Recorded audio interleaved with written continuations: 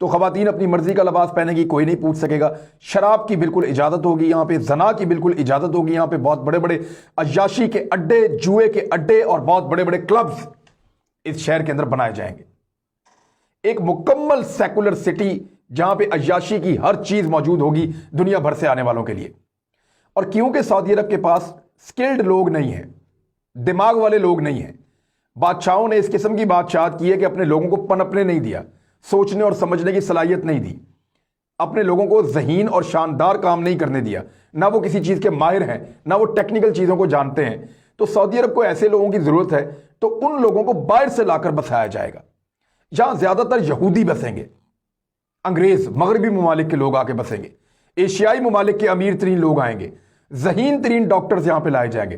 دنیا کے بہترین لوگوں سے 1 ملین یعنی 10 لاکھ کا کراؤڈ یہاں پہ بسانا ہے محمد بن سلمان نے۔ 10 لاکھ لوگوں کا یہ شہر ہوگا۔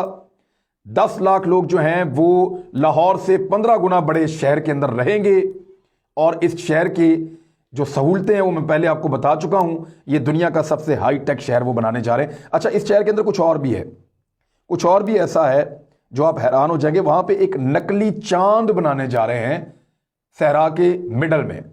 ایک بہت بڑا پروجیکٹ ان کا یہ ہے کہ جو صحرائی علاقہ اس کے مڈل کے اندر ایک بہت بڑا نقلی چاند بنانے جا رہے ہیں، جہاں پہ لوگ جائیں گے اور جا کے انجوائے کیا کریں گے۔